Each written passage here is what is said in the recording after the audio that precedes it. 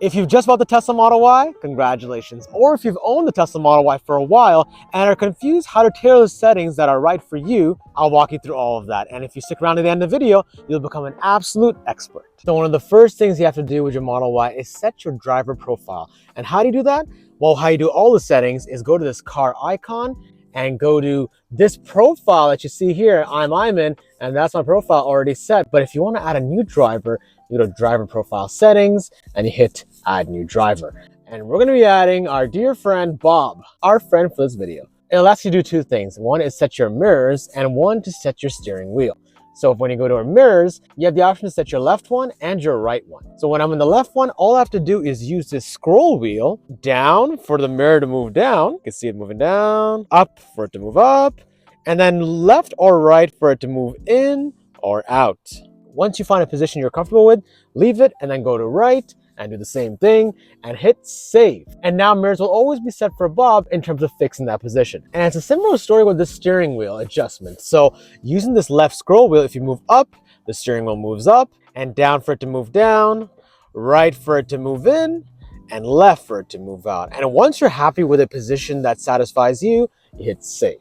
So moving on, once your driver profile is set, it'll auto-remember based on your phone associated with that driver. So it'll automatically know what your driver profile is, and you can always adjust these different controls and it'll remember it. Your steering, your mirrors, your Sentry mode options and things like that, it'll always remember it based on the profile that you have. Up next, we have pedals and steering, which allows you to choose your acceleration, steering mode, and stopping mode. Acceleration, you have the option to choose chill when you want to be able to use less throttle out of your battery and you want to maximize range, and sport when you're feeling a little bit frisky and you want more acceleration throttle and you want to impress your friends. And now for the steering mode, comfort is for a lighter feel of your steering wheel, sport is a very stiff feeling, and standard is a nice middle ground. So when it comes to stopping mode, you have the option to choose creep, roll, and hold.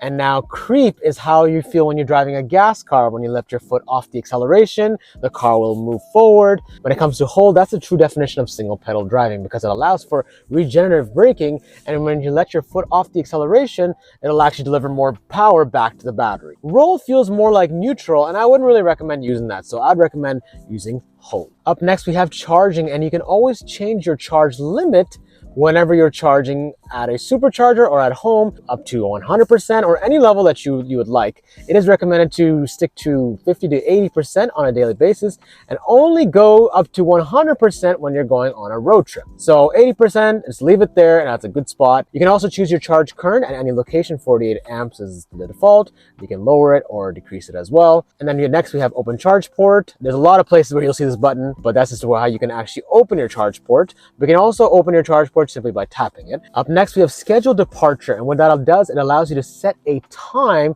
where you want to precondition the battery. Preconditioning your battery allows you to raise the temperature of your battery, meaning that it will utilize the battery's maximum efficiency. And you typically choose a time when you see yourself leaving your house on a daily basis. Up next, we have autopilot, and there's quite a few features to go through. Auto steer is what you want to set to, and you have to hit yes, but what that does, it allows you to stay in your lane when you're using autopilot. And autopilot activation is single or double pull. I personally prefer single pull to activate autopilot, but if you prefer double, you can double pull and then autopilot will get activated. But single pull is what I'd like to use. Next, we have speed, and in terms of what speed you want to set your autopilot to, speed limit or the current speed that you're driving at, I would just do current speed, and you can always adjust your speed based on the scroll wheel. In terms of warnings and speed limits and offset, you have the ability to control that here. That's pretty personal, and whatever you want to do, you can adjust that as well. And next, we have forward collision warning, which allows you to set it to late, medium, or early. It'll warn you if you're about to crash into the vehicle in front of you, but medium is a solid ground. Early is a bit, I personally found, too early. Late might be too late if your instincts or your reaction time's too slow. So set it to medium. That's a pretty good solid ground, but obviously play around it based on your comfort level and whatever you find is safe for yourself. And lane departure avoidance, you can do warning or you can do assist. So warning lets you know that you're leaving a lane.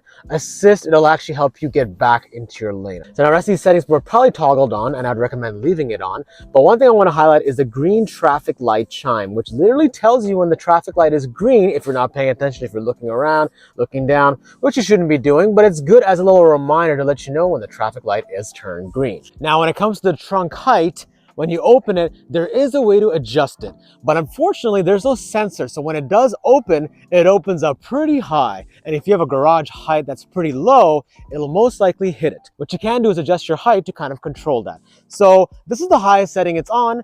If I lower this, let's just say I want it down here, and my garage kind of extends until here kind of, you can set this to be your new height. So what you can do is lower it, and you click this button and hold it down, and you should hear a beep to let you know that's locked in place. So that's the beep. And so now when I close it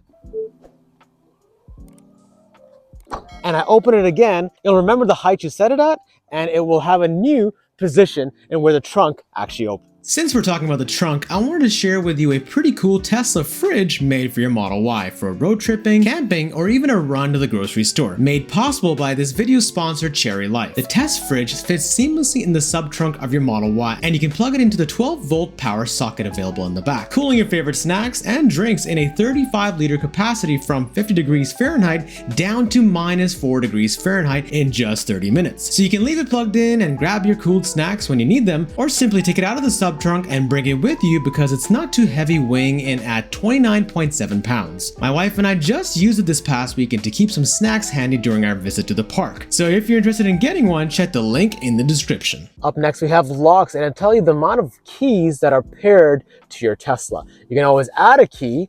You can add a key fob, you can add a key card, or you can add a phone. So there's a lot of customizability, a lot of different options in how you want to enter your Tesla. We typically use our phone because we always carry our phone with us, but always carry your Tesla key card in case your phone dies. And then child lock, if you have some kids in the back, you want to just set a lock so they don't open the door when they're just playing around. Window lock is not letting your kids open or lower the window down. That's great. Also great for dogs if they are climbing and jumping on the door as well. And when it comes to walkaway door lock, 100% leave this on, because one thing you'll have to get used to when it comes to Tesla is you don't have to ever lock the car yourself. You can just walk away and it'll always lock for you. So that's something you can always hit. And you can always hit exclude home if you don't want that to happen in your house. Now when it comes to driver door unlock mode, I personally don't use it, but what that does do is unlock only your driver door and the charge port, and only with the passenger door is unlocked is when the driver door unlocks. But I find that annoying, so I just leave it untoggled, and whenever passengers are entering the car with you, everyone's doors get unlocked. So unlock and park, that's a personal preference. So when your car's parked, the car will auto unlock. So now car left open notifications. Now technically you don't need this if you always set your windows to close on lock and your doors to lock. It'll never actually alert you. Since it doesn't make a difference, why don't you just leave it on? Up next we have lights. You have the option to control what settings you would like your headlights on. I would just choose to auto, and you can choose your fog light as well. Now when it comes to auto turn signals, it's up to you if you want to leave this on, but it basically cancels your turn signal automatically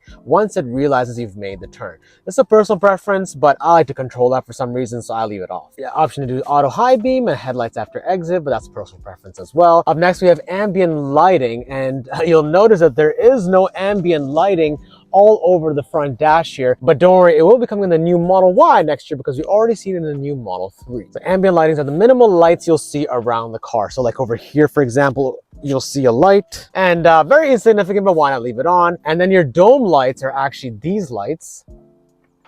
You can set that to auto. I usually set it to auto when I want it to turn on when the car doors are open. Now when it comes to steering wheel lights, it's these lights for these little arrows around the scroll wheels. Pretty insignificant, but you can turn it on. You'll notice the difference. I don't know if you can capture that, but you'll notice it turning it off and on. But why not leave it on? Add some color to your Tesla.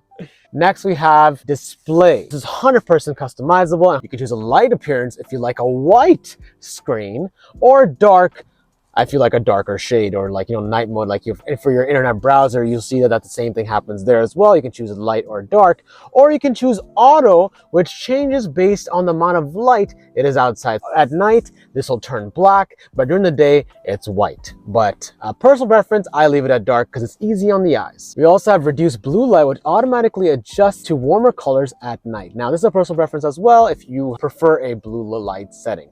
Brightness, which is obvious, increase or decrease your brightness. My wife is pretty anti-brightness, so we leave it at a nice, cute 30%. And you can of course change it or set it to auto. And now automatic blind spot camera is when you set your indicator, so to the left, you'll see it pop here, and you can move this around over here.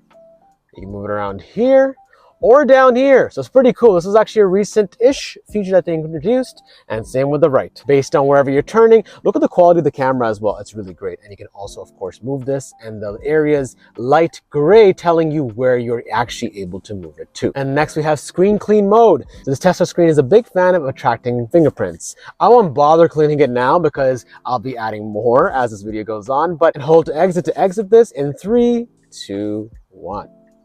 You're back. Now, scroll wheel function allows you to choose what different options you want to have. So the sky's limit, and you can choose whatever you want to include, whatever you see yourself using. So for example, acceleration mode. So now each time when I click this, the acceleration mode will change. When I hold this down, you'll see the sport and chill. So I move it up and down. It's changing. You can choose something else. You can choose your steering wheel heat. So now when I go up and down, I hold this down, and now you can choose from your steering wheel heat from low, high, off, auto. And next we have, based on your language that you prefer, I would choose English. Next we have more customizability for text size. If you want it large, it'll be bigger. If you have eyes that have trouble seeing these fonts, you can increase your text size.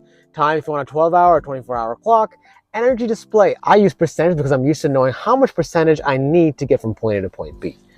And after distance, you can choose kilometers or miles. That's a personal preference. So now I'm stuck with miles. Temperature, Celsius or Fahrenheit. Up next, we have trips. And now trips just gives you an overview of your different trips. You can, of course, reset it, how long your trip was, how much energy you use, and your average energy in terms of kilowatts or watt usage. And up next, we have navigation. First is navigation volume, which audibly tells you where you need to turn and stuff. But I'm personally not a fan of that. So I always mute it because I like to visually see where I need to go. I hate the navigation person telling me and interrupting my music, but of course you can increase it if you want to hear them talk. And you can choose HOV lanes. You can choose that off and on for your navigation to incorporate that. But basically you can choose all these different settings if you want that incorporated within your navigation. Whether you want to avoid tolls, you want to avoid ferries, trip planner, online routing, and things like that. But pretty cool way to adjust your navigation settings. Up next, we have a safety mode, and this is where you toggle your sentry mode on or off, and you'll see that you can choose exclude home or exclude certain areas where you believe is safe so it doesn't drain more battery.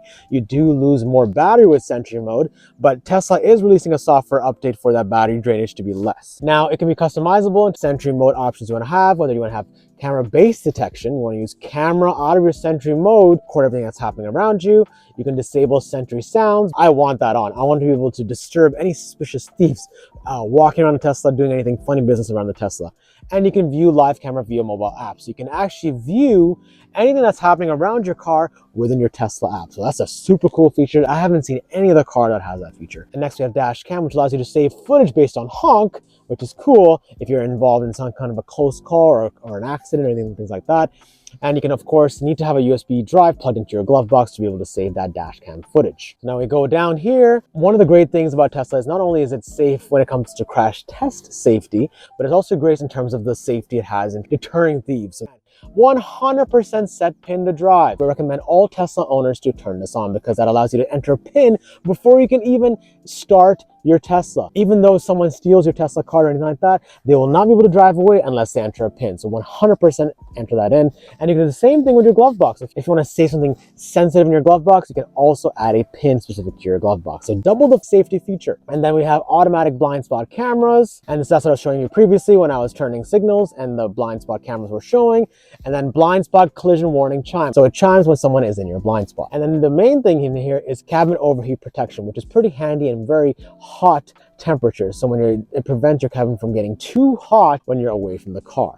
That's really great. You can set a different temperature that you want to set it at. Park assist chimes, gear chimes, so different chimes and based on different modes. I hate any chimes. I hate notifications on a phone. Dual mode allows you to lower the volume of those chimes. So I leave it on, and it's especially great if you have kids in the car and they're sleeping. Up next, we have is service, and this is where you can see how much tire pressure you have in each of your tires. And mine are kind of all over the place, and maybe I need to adjust those, but not too far off from the recommended 42 PSI. That's recommended pressure over here. You can also find your owner's manual, car wash mode if you're entering an automated car wash, but I don't really mess with this area too much. And software gives you your VIN number and things like that. Now next we have upgrades, is where you can purchase premium connectivity. Your Tesla does come with a 30-day free trial, but you do lose it. So with premium connectivity, you get unlimited video streaming, karaoke, music streaming and internet browser, live traffic visualization, as well as Sentry mode. So if you really value those things, you do have to have a monthly fee that you do have to pay for. Now, when it comes to the overall display, you'll notice that it's using Premium Connectivity's display, which shows the satellite images, and it looks really beautiful. It looks green. However, if you don't have Premium Connectivity, the option is a grayscale navigation and map. So if you do want to have that beautiful greenery, you tap the screen anywhere and you'll notice this pops up, and then it will show a greenery and beautiful visualization of the trees and things like that. And then here is shows a live traffic visualization. So if you turn it on, you'll see the different reds and oranges of heavy traffic areas. So I'd recommend leaving it on. This tells you where you are, and this, it tells you the amount of superchargers that are available. You can also adjust these different icons that you have on display. So you click this middle button, you'll get a view of all the different apps and icons and different things that are available in your Tesla. And if you use certain apps, I personally use a heated seat. What you can do is hold it down, drag it up here, or you can put it back. When I put this down, you'll see it's at the left and right. And if you want to have arcade here, boom, you can add that. Boom, we got it. So you see my app sections over here and recent app sections over here. So it's very customizable, and you'll want to drag the ones that you use more often. And you'll find that out as you use your Tesla more and more.